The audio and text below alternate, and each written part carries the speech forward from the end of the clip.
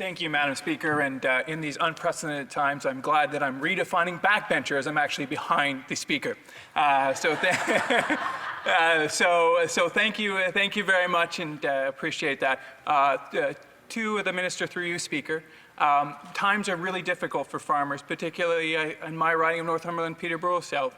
Farmers are coming to me and saying that times are so tough that they're considering not even planting their crops. When we look upon that, one of the things that they come to me over and over again is about the carbon tax. The government recently decided to increase the carbon tax. There was a study done, reported in the media. Will the minister commit today to giving us the results of that study and give it to the Canadian people? Honorable Ministre.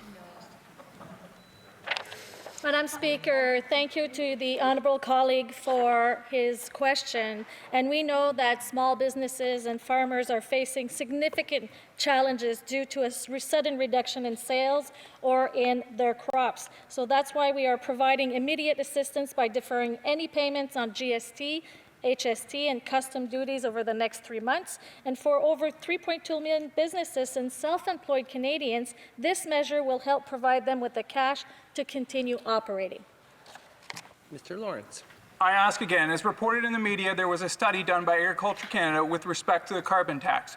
Will that carbon tax be shared with the Parliament and through us, the people of Canada? The Honourable Minister. I have a better sheet now to answer my honourable question.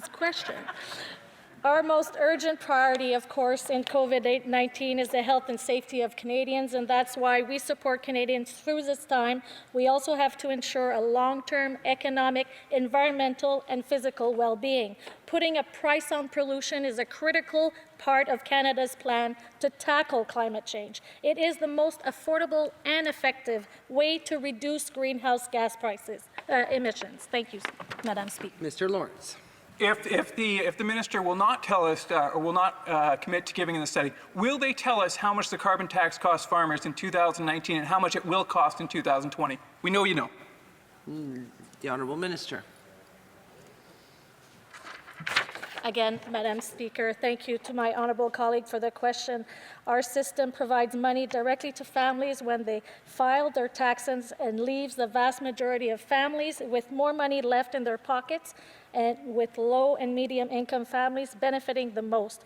We are also providing support to small and medium-sized businesses, municipalities, hospitals, schools, Indigenous communities to ensure that they can save money while lowering their emissions.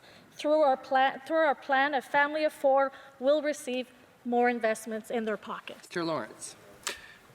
Once again, I ask, what will be the cost of the carbon tax in 2020 for our farmers? The Honourable Minister.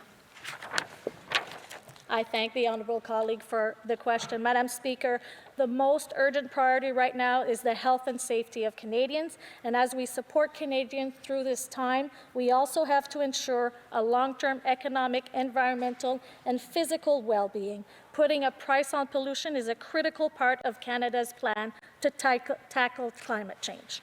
Mr. Lawrence. As the government will not answer my question, I will answer it myself. The Canadian Federation of Independent Business says that the average farmer the carbon tax will cost them $14,000. I have a private member's bill that will help relieve this burden.